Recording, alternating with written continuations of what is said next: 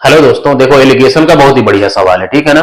इस सवाल को सॉल्व करने से पहले आप एक छोटी सी चीज सीख लीजिए कि एलिगेशन हमेशा सेम चीजों पे लगता है, ठीक है ना। जैसे हम एलिगेशन अगर क्रय मूल्य पर लगाना चाहे सीपी पर, तो तीनों जो नंबर्स होने चाहिए वो आपके सीपी में होने चाहिए, ठीक है ना। हमेशा सेम चीजों पे एलिगेशन आपका लगता है, ठीक है ना। अब इस सवाल को देखिए, एक दुकानदार को 120 रुपए पर केजी और 130 रुपए पर केजी मूल्य की चाय की दो किस्मों को किस अनुपात में मिलाना चाहिए ताकि मिश्रण 136.40 केजी पर बेचने पर उसे 10% का आपका लाभ होता है, ठीक है ना।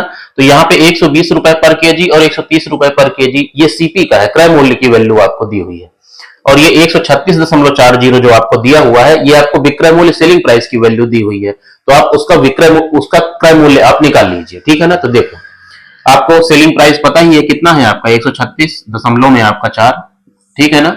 और प्रॉफिट कितने का हो रहा है, 10% का, तो इसको डिवाइड कर दीजिए 110 और गुणे में आपका 100, ठीक है ना। तो देखो, जीरो से आपका जीरो कट गया, इस 10 से ये दशमलव चला गया, अब इसको काटिए, 11 के 11, 11 दूनी 22 और 11 चौको 44, 124 आया। ये 124 क्या आया, क्रय मूल्य आया, ठीक है ना। अब देखो, जो तीनों नंबर्स हैं आपके वो सीपी में है, अब आप एलिगेशन लगा सकते हैं, ठीक है ना। तो पहली वैल्यू क्या है आपकी, 120 है, ठीक है ना।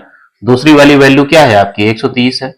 और जो आपका टोटल दिया हुआ है वो कितना है आपका, 124, सॉरी 124, ठीक है ना। अब आप घटाइए, देखो 30 में से आपका 24 जाएगा, कितना बचेगा आपका 6, ठीक है ना।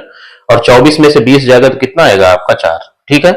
इसको आप फर्दर सॉल्व कर दीजिए तो कितना हो गया, देखो 2 से कट रहा है आपका, 2 तिहाई 6 और 2 दूनी आपका 4, तो 3:2 आपका रेशियो होगा, ठीक है ना।